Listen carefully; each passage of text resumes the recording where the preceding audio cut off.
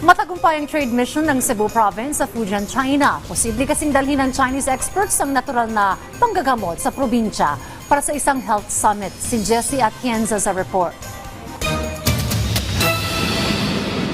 4 na araw ang iginugol ng mga delegado mula sa Cebu Province sa Fujian Province, China. Para ito sa isang trade mission na pinangunahan ni Cebu Governor Gwen Garcia.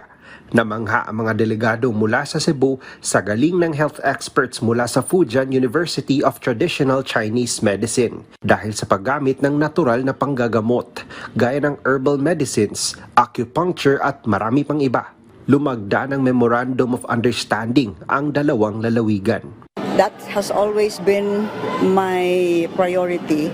The less expensive ways of treating disease without harmful chemicals getting ingested by our bodies. And especially the traditional Chinese medicine, this is knowledge that has been there for thousands of years. Dahil dito, isang health summit ang nakatakdang isagawa sa Cebu dahil inimbita ni Governor Garcia ang Chinese health experts na personal na magturo ng traditional Chinese medicine sa mga doktor sa lalawigan.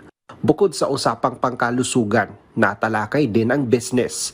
Isang kasunduan din ang nilagdaan ng business sector sa Fujian, China kasama ang Mandaue Chamber of Commerce. Tinalakay nila ang posibilidad na ibalik ang direct flights mula sa Xiamen papuntang Cebu.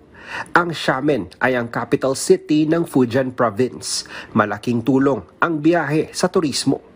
Cebu used to have so many flights coming from Cebu to China, and then that was pre-pandemic, and we wanted to bring those flights back.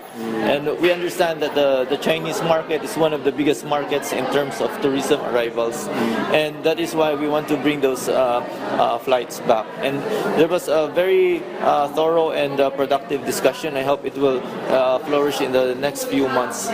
Mula sa PTV Cebu, Jessie Atienza para sa Pambansang TV sa Bagong Pilipinas.